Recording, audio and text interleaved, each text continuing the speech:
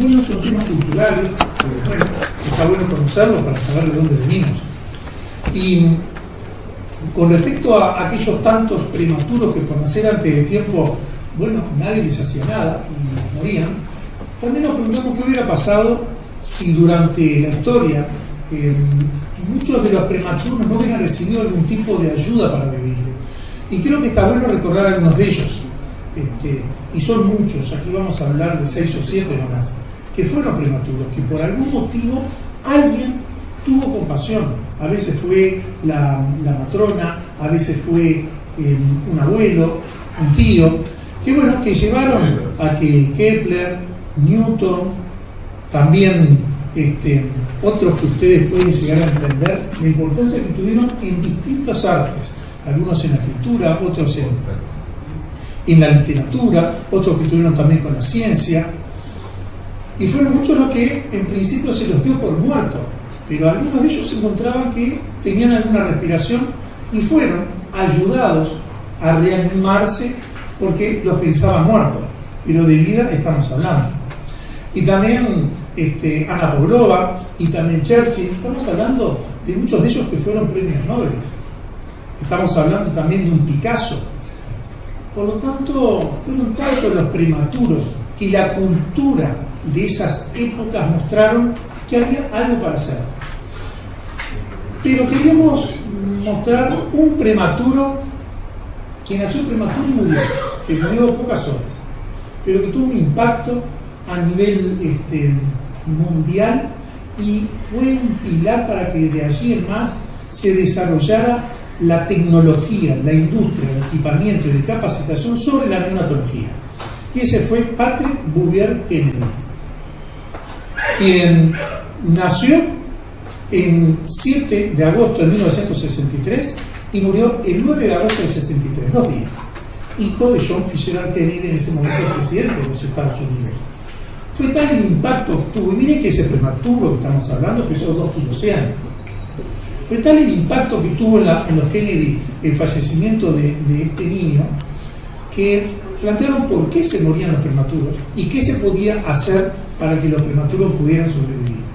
Y realmente fue un prematuro que permitió que luego miles y miles de prematuros vivieran por el avance de la tecnología. Y esa prematurez que uno dice, bueno, pero ¿tiene impacto? ¿No tiene impacto? ¿Qué significa la prematurez? Sí, el prematuro, el que nace antes de tiempo, también llamado nacido demasiado pronto, hoy son 15 millones de niños que nacen antes de tiempo en el año. De esos 15 millones, 1.100.000, 1.200.000 aproximadamente mueren durante ese año. Sigue siendo, como muy bien dijo el profesor Peña, la principal causa de muerte no en el recién nacido de la primera semana o del primer mes, del primer año de vida. Y si nosotros actualizamos los datos al 2018, pasó a ser la primera causa de muerte en los primeros 5 años de vida. O sea que si uno agarra en el mundo todos los niños que mueren en los primeros 5 años de vida, la primera causa es la prematurez o patologías dependientes de la prematurez.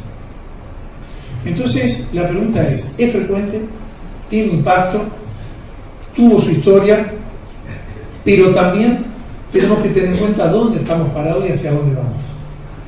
Y bueno, indudablemente no es lo mismo ser prematuro leve a un prematuro severo. Hoy no es lo mismo pesar 2,3 kg, pesar 1,8 kg, pesar 1,2 kg, 900 gramos o 600 gramos. Y sí, y la clasificación tiene mucho que ver con la mortalidad infantil y sus componentes. Algo que seguramente muchos ya saben, y les pido disculpas si reitero temas que ya ustedes lo han hablado en otra oportunidad. Veamos qué pasó en los últimos 110 años en la mortalidad infantil en nuestro país, en Uruguay, para tener una cifra que uno lo tiene como algo fijo. En 1900 estamos hablando del 100 por 1000 de mortalidad infantil. En 1900, de cada 10 niños, uno se moría en el primer año de vida, el 100 por 1000. En 1950 ya era el 50 por 1000. Y fíjense ustedes que aproximadamente en el 2000 estamos hablando de un 18 a 20 por 1000. ¿Qué pasó en esta mortalidad infantil en nuestro país durante estos 100, 110 años? La mortalidad infantil, como ustedes pueden ver, es la gráfica negra, que tiene los dos componentes.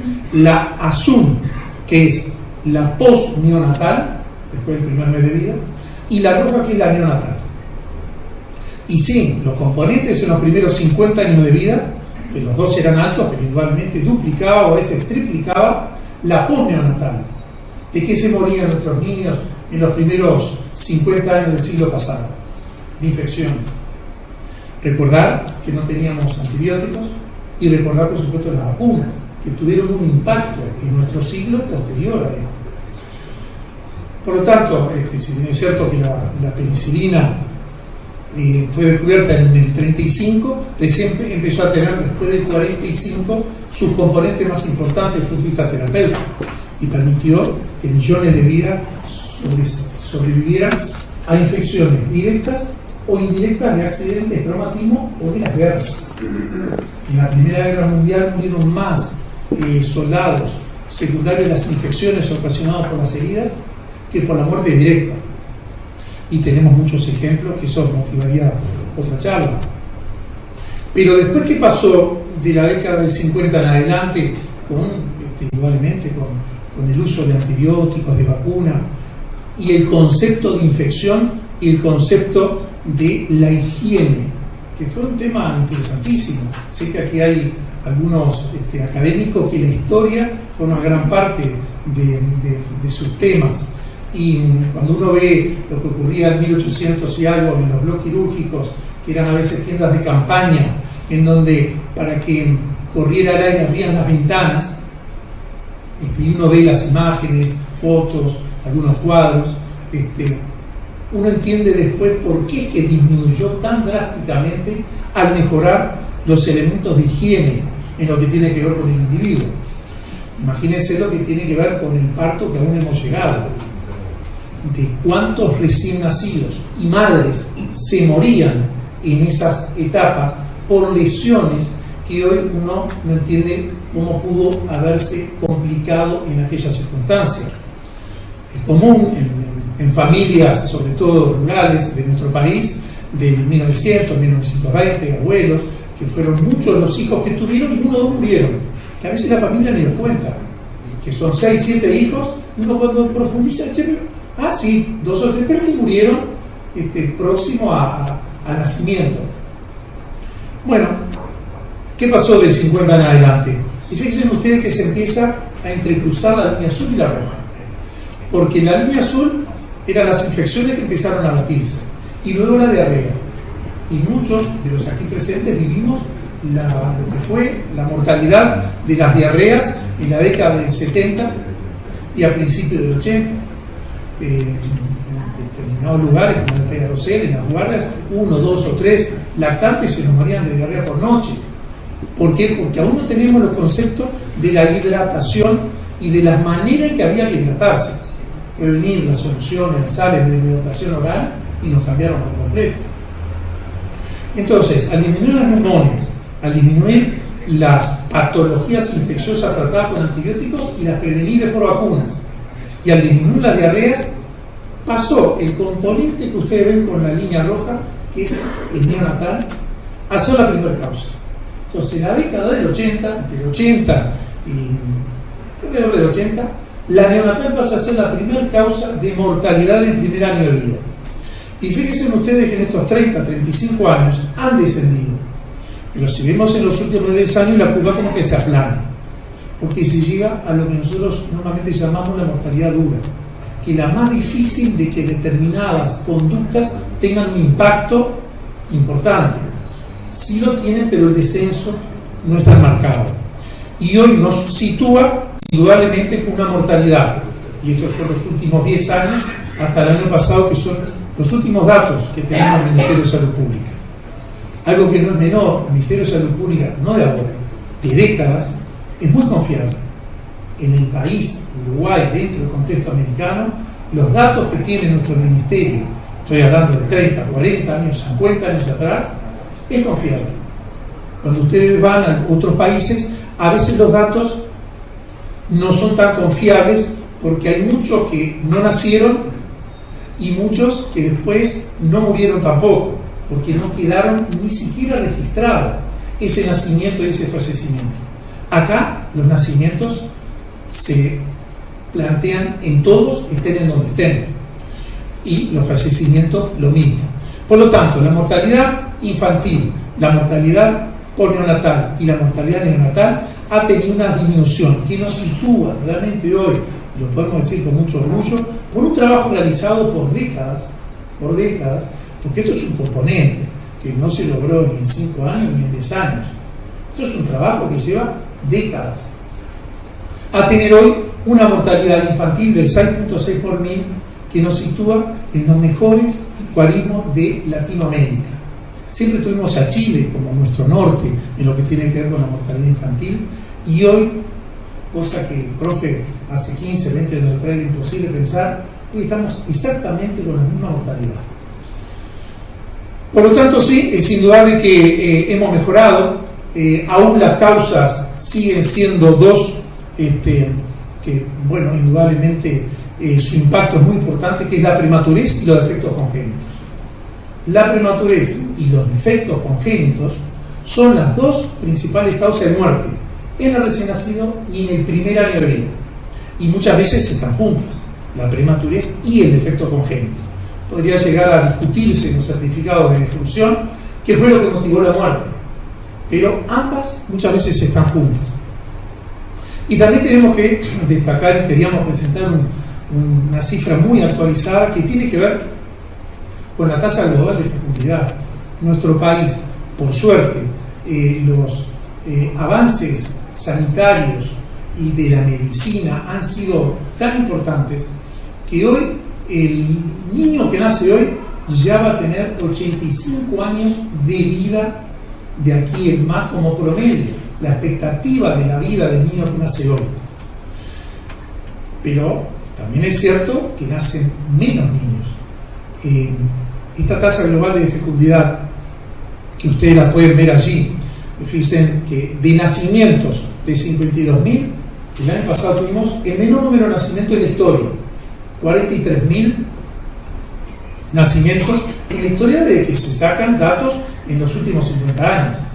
El otro día tuve la posibilidad de tener los datos de 1870 de los nacimientos, que probablemente eran muy pocos porque la población era muy poca, hasta el día de hoy. Y en los últimos 50 años prácticamente hemos estado entre 45 a 53.000 nacimientos. Hemos estado allí. Y ahora en estos últimos años ha descendido. También hay temas culturales, en donde hoy la mujer, sobre todo de mediana clase social y de alta, han decidido tener menos hijos. Y eso es una decisión, es un tema cultural, social. Pero ¿qué nos está llevando? A que la tasa global de la fecundidad ha bajado del 2% a 1,91, a 1,96, a 1,98, a 1,88 y a 1,71. ¿Qué quiere decir con esto? Que si esto sigue así, en 20 años van a ser más las personas que mueren de las que nacen. Vamos a pasar a invertir. Cosa que se está dando en Europa, en muchos países de primer nivel, también por decisiones de la sociedad, de nuestra cultura. Y también es cierto que la población más vulnerable, ella es la que aún sigue teniendo muchos nacimientos. Da como para discutir la planificación familiar y dónde estarán los niños en las próximas generaciones.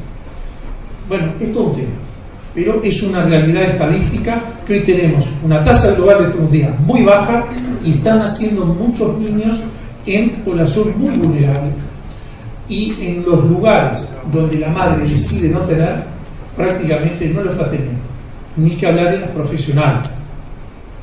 Quería mostrarles unos datos actualizados de un centro que tiene mucho que ver con los impactos en nacimientos y en mortalidad, que es el Centro Hospitalario Pere Rosell, en donde nace 1 de cada 6 niños de todo el país. Y de todos los individuos que uno puede ver por Montevideo, 1 de cada 2 y fracción nació en el Hospital Pere Rosell. Indudablemente habrán zonas demográficas de Montevideo en donde seguramente estemos hablando del 80-90% y otras zonas que estemos hablando quizás del 10%. Pero promedialmente en Montevideo, 1 de cada 2 y fracción nació en el Hospital Pereira Rosell. Es cierto, el riesgo de nuestra población, y más después de instrumentado el Sistema Nacional Integrado de Salud, ha llevado a que nuestra población en el Pereira es una población muy vulnerable. Hace 25 o 30 años atrás nosotros teníamos una población con determinadas características. Hoy ha cambiado muchísimo, ha cambiado mucho nuestra población. Hay elementos que también nos siguen preocupando y mucho. Ha mejorado el control del embarazo, eso es cierto, mejoró francamente, pero ¿saben en dónde seguimos teniendo una gran falla? En la precocidad de la captación de ese embarazo, porque cuando hay cifras hay que mostrarlas todas. La captación del embarazo, hoy tenemos casi un 96% de las madres de Pereira que son captadas, pero cuando vamos a ver en el primer trimestre del embarazo hay un 26% que tiene cero control, y ahí se perdió el momento más oportuno para tomar determinadas medidas si ese embarazo tiene algún factor de riesgo que pueda ser solucionable. O sea, seguimos teniendo un déficit en la precocidad del control del embarazo. Embarazo adolescente lo mantenemos entre un 24 y un 25%. Pero el embarazo adolescente, para también un tema que sabemos que aquí hay muy buenos entendidos y referentes del tema. El embarazo adolescente tiene una división que es por encima de los 15 años y por debajo. Hoy un adolescente de 17, 18, 19 años programa su embarazo, lo controla y tiene resultados mejores que madres por encima de los 19 años. Entre 16 y 17 tenemos una zona gris, pero de 15 para abajo, o sea, la adolescente niña, ese es el embarazo que realmente nos preocupa. En el Pereira Rosell nace un hijo de madre de menores de 14 años cada 11 días. O sea, hoy tenemos niñas de 13, de 12 también, de 13 y de 14 años, prácticamente cada 10 días un niño nacido de una madre de menor de 14 años. O sea que nos sigue doliendo decir estas cifras, y normalmente tenemos mucho para continuar. Y sí, en el Hospital Pereira Rosell tenemos mayor prematurez que en los ámbitos privados. Prácticamente duplicamos. Nosotros tenemos un 12%, 11.8% de embarazo de prematurez en nuestro Hospital Pereira Rosell. Hay ámbitos privados que andan entre un 5 a un 6%. Por lo que también vamos a decir que hay un componente indudablemente social, no solamente en el control en sí mismo, sino en la población. Y aquí, para que ustedes tengan una idea, también han disminuido los nacimientos en el Hospital Pereira Rosell, como ha pasado en todo el país. Y sí, tenemos unas cifras que realmente son buenas. En el Hospital Pereira Rosell, la mortalidad infantil, el año pasado tuvimos 5.1 por mil. Realmente fue una cifra que tampoco se consiguió ni en un año, ni en 2, ni en 3, sino que fue un trabajo de generaciones enteras. Médicos, enfermeras, equipamiento, tecnología, ni que hablar del equipo perinatal obstétrico, que realmente tiene muchísimo impacto en lo que estamos hablando. O sea que la mortalidad infantil es un indicador social, no es una cifra cualquiera, es un indicador social. Cuando uno va a otros países, y sobre todo cuando uno no conoce mucho el país a donde va, uno busca determinados indicadores. Y si uno va a un país en donde la mortalidad infantil anda en el 45 por mil, ya tenemos una idea. Si está en el 20, 25 por mil, tenemos otra. Si está menos del 10 por mil, bueno, es un indicador importante. Y si está entre el 6 y 7 por mil, indudablemente que nos habla de que como indicador social es un buen indicador. También habla de condiciones de vida, pero también habla de las prioridades, de los objetivos que debemos tener según los indicadores y según lo que nos marquen los indicadores. En un lugar como nuestro país Uruguay, en donde tenemos un recurso que es de dinero finito para la salud, ¿hacia dónde va a ser determinado? Para eso tenemos que manejar muy bien los indicadores. ¿Cómo nos está yendo y en qué tenemos que mejorar?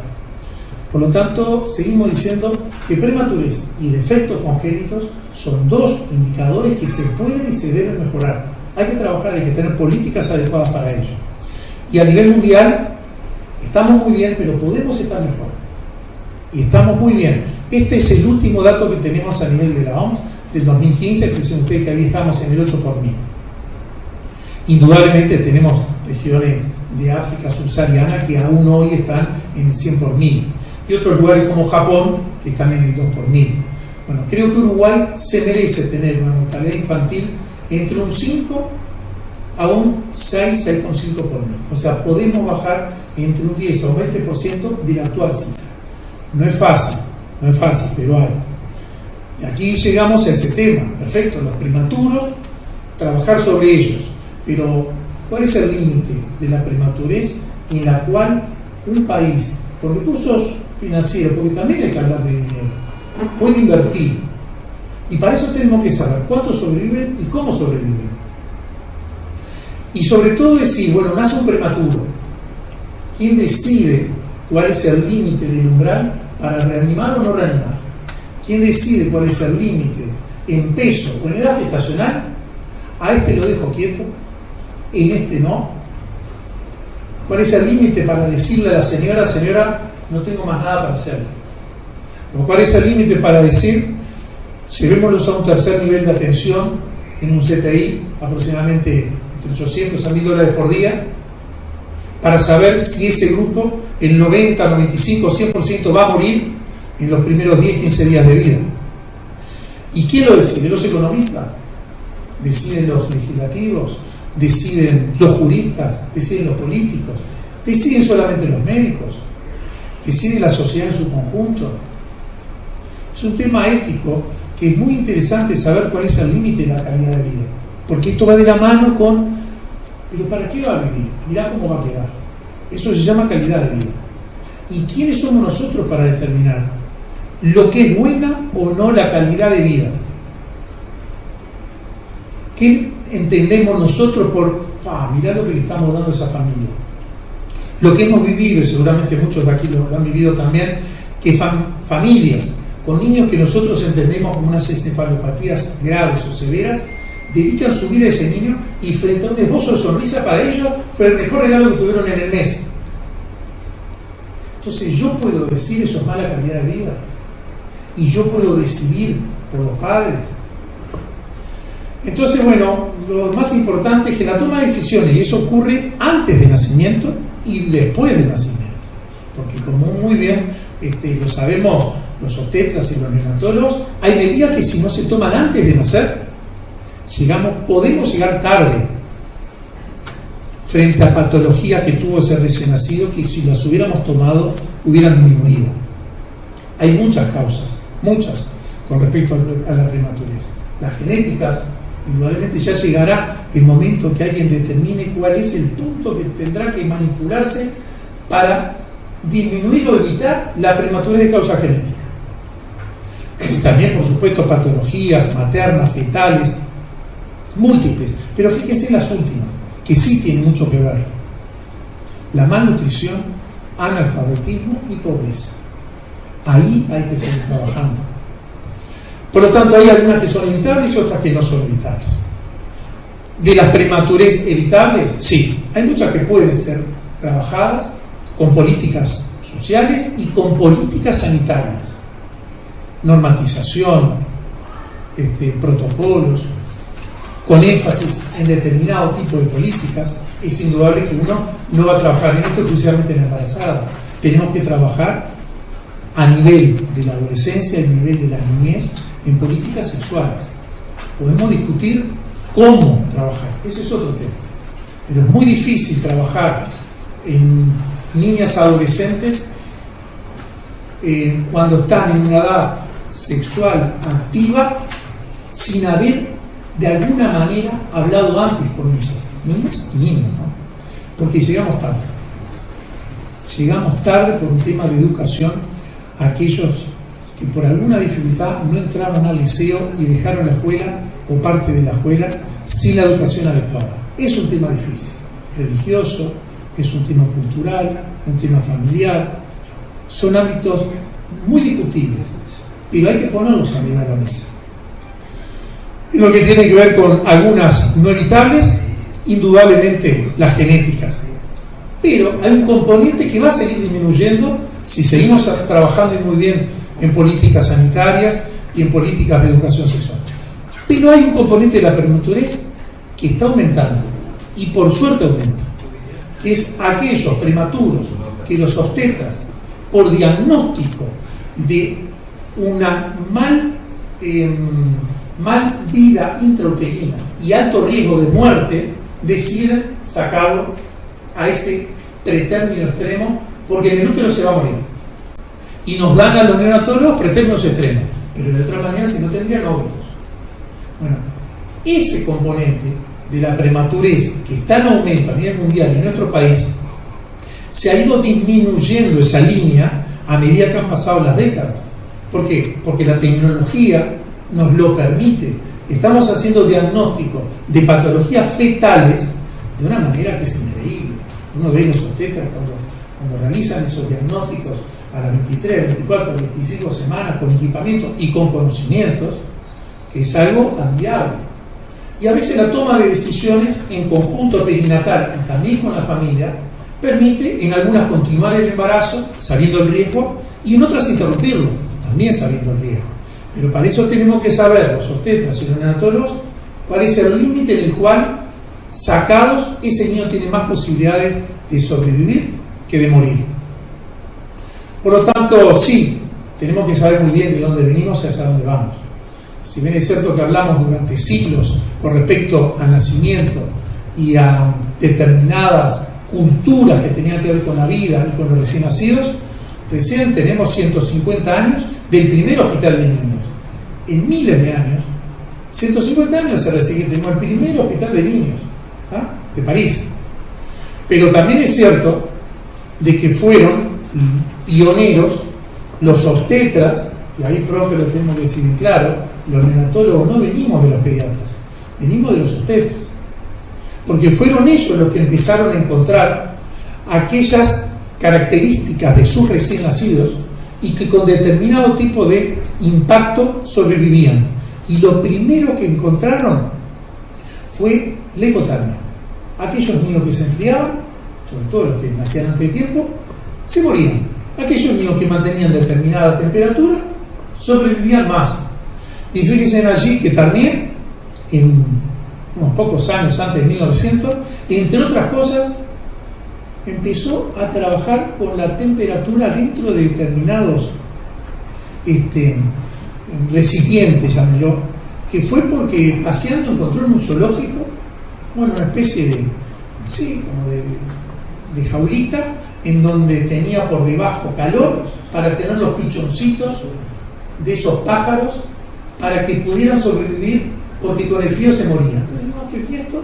Y entonces empezó a describir lo que sería la incubadora, la primera incubadora, que allí está, uno de los que sacamos de la referencia, que tenían por debajo temperatura elevada y por una vía, lógicamente aérea, el calor subía y al niño se lo colocaba por encima. Esa simple medida de que el niño no se enfríe llegó a ser una manera de mayor impacto en la sobrevida de los recién nacidos.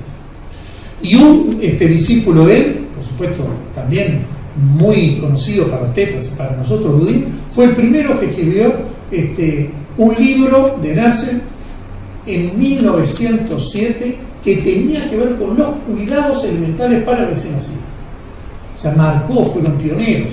Y después vino toda la década del 90, en donde se hacían exhibiciones de incubadoras, se hacían exhibiciones ahí adentro en esas incubadoras, hay recién nacidos, en donde se les mostraba a la población el impacto que tenían esos artefactos. Interesantísimo. Se mostraban los niños que gracias a esos artefactos sobrevivían, para luego tener, sí, una neonatología, estoy hablando de los últimos 100 años, moderna. Y hay algunos pilares que indudablemente tienen que ser GES, y allí están viendo también una cuna irradiada por calor, y bueno, Virginia Apgar, que también indudablemente fue una pionera. Y la neonatología en nuestro país también tiene sus pilares. Y en la neonatología de nuestro país, de la pediatría, Oves Poleri tuvo muchísimo que ver. Y si no, vayamos a lo que fue la fototerapia como terapia lumínica en el recién nacido con ictericia. Fue pionero en el mundo, acá de Uruguay, Oves Poleri. De la obstetricia, Caldeiro Barcia, también tendríamos que nombrar a Hermógenes Álvarez. E indudablemente en la neonatología moderna, el profesor José Luis Peña. Fue un antes y un después en la neonatología moderna y académica.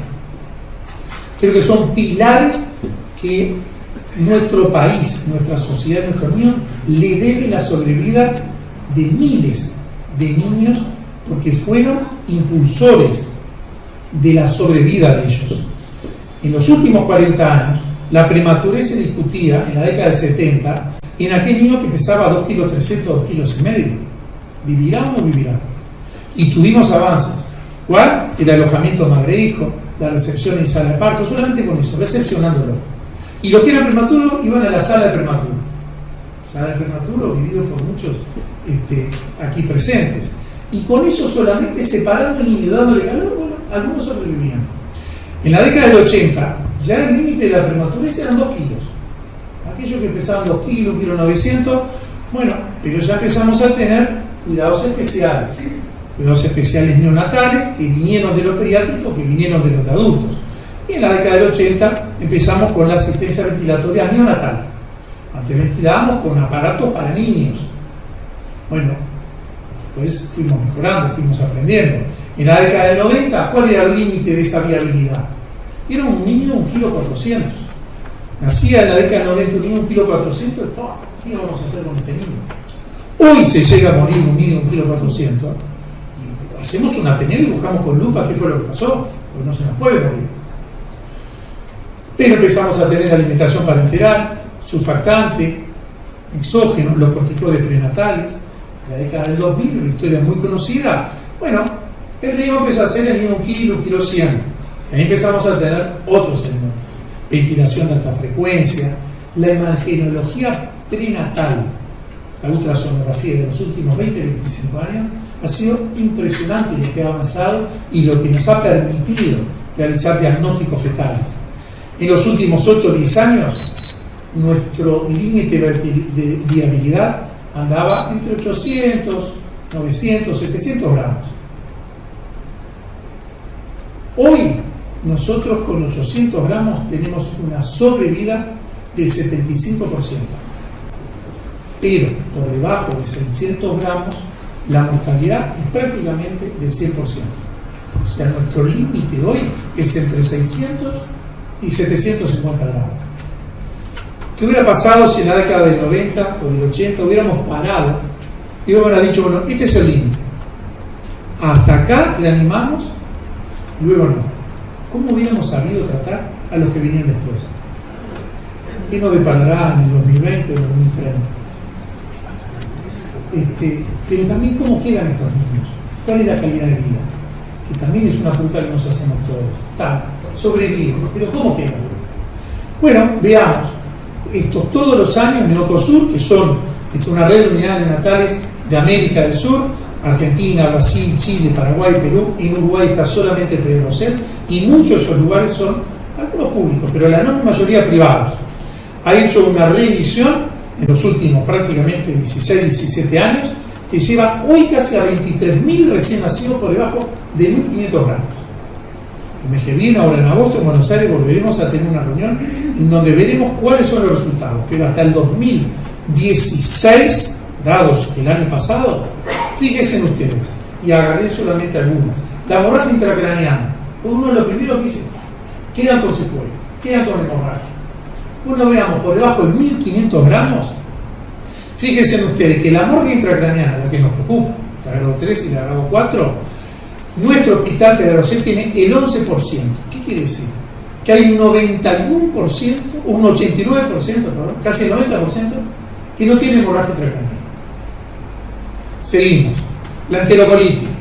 Enterocolitis, que es una patología intestinal, quirúrgica, como el profesor Berazategui aquí, me da vergüenza hablar de ella, pero que lleva a la muerte de nuestros recién nacidos. Por debajo de 1 kilo, que es niño, que tiene una enterocolitis, que requiere ser operado, la mortalidad es altísima.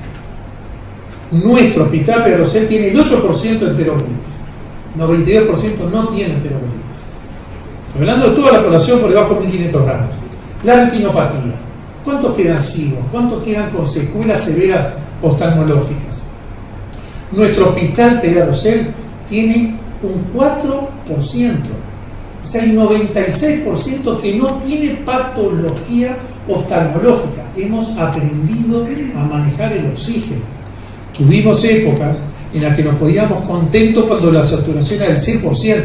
Veíamos los monitores, satura 100%, qué bárbaro. Y hemos aprendido que entre el 90 y 92% para arriba, el oxígeno es la droga más dañina para los vasos retinianos. O sea, fuimos partícipes, lamentablemente, de muchas complicaciones que llevaron a severas secuelas oftalmológicas por el oxígeno que le dábamos, pensando que lo hacíamos, bueno, porque era un indicador de salud, y no lo era. Hoy aprendemos que es tan malo la hipoxia como la hiperoxia. Y bueno, seguramente hoy estemos cometiendo muchos errores que en 20 años otros verán de que indudablemente tuvimos que cambiar nuestras conductas. Por lo tanto, es indudable, cada día sobrevive más, pero cada día sobrevive mejor, con mejor calidad de vida. Y juntos, con la familia, con los obstetras, se determinan las conductas a seguir en el límite de la viabilidad. Hay cosas que naturalmente se van respondiendo. Y no hay que forzar respuestas, sí apostar a seguir avanzando.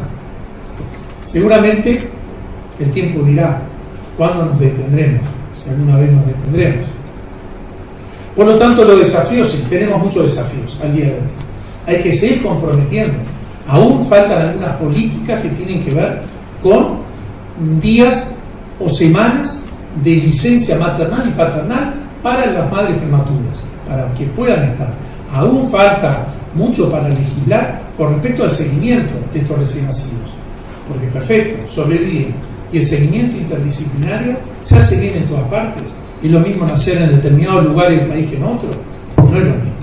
El seguimiento es muy importante y aún falta compromiso para el seguimiento. Adecuada tecnología. Hoy hay centros que tienen una tecnología de primer nivel, hay otros que no. Por lo tanto, aún hay mucha inequidad con respecto a la prematurez de en dónde nazca dentro de nuestro país. Y sí, hay muchas otras cosas para hacer. Algunas se han hecho y muy bien, otras hay que fortalecerlo y regionalizar, descentralizar, sin la macrocefalia que sigue siendo aún Montevideo. El tema del traslado, profe, un tema que indudablemente ha sido uno de tus objetivos mayores, aún seguimos frustrados con el tema. Se ha mejorado, pero aún seguimos viendo que no hemos mejorado como hubiéramos deseado.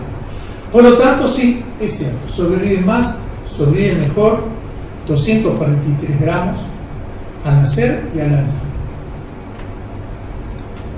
María Laura, 610 gramos al nacer, a los 10 años, a los 20 años. Cada día sobreviven más y cada día sobreviven mejor, pero que si quedan con secuelas, que no sea por no hacer lo que pudimos haber hecho.